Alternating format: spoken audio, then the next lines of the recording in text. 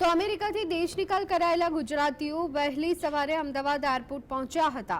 Police તેમના નામ સરનામા સહિતની નોંધ કરી જરૂરી કાર્યવાહી કરી અને આવનારા દિવસોમાં તેમની પૂછપરછ કરવામાં આવશે। પૂછપરછમાં ગુનાહિત પ્રવૃત્તિ જણાશે તો તેમની સામે કાયદેસરની કાર્યવાહી કરવામાં આવશે। પૂછપરછ બાદ મોટા એજન્ટોના નામ સામે આવી શકે છે।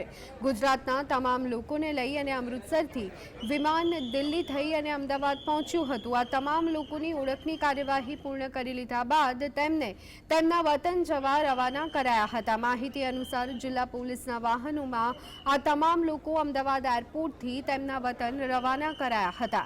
એરપોર્ટ પર આઈબી, સીઆઈડી અને સ્થાનિક પોલીસનો કાફલો પણ ખડકી દેવાયો હતો। મહત્વનું છે કે અમેરિકાથી પરત આવનારા 7 જેટલા ગુજરાતીઓમાં ગાંધીનગરના 17, મહેસાણાના 10, સુરતના 3, અમદાવાદના 2, આણંદના 1, સિદ્ધપુર, પાટણના 1, ભરૂચના 1, વડોદરાના 1 અને બનાસકાંઠાના 1 વ્યક્તિનો સમાવેશ થાય છે।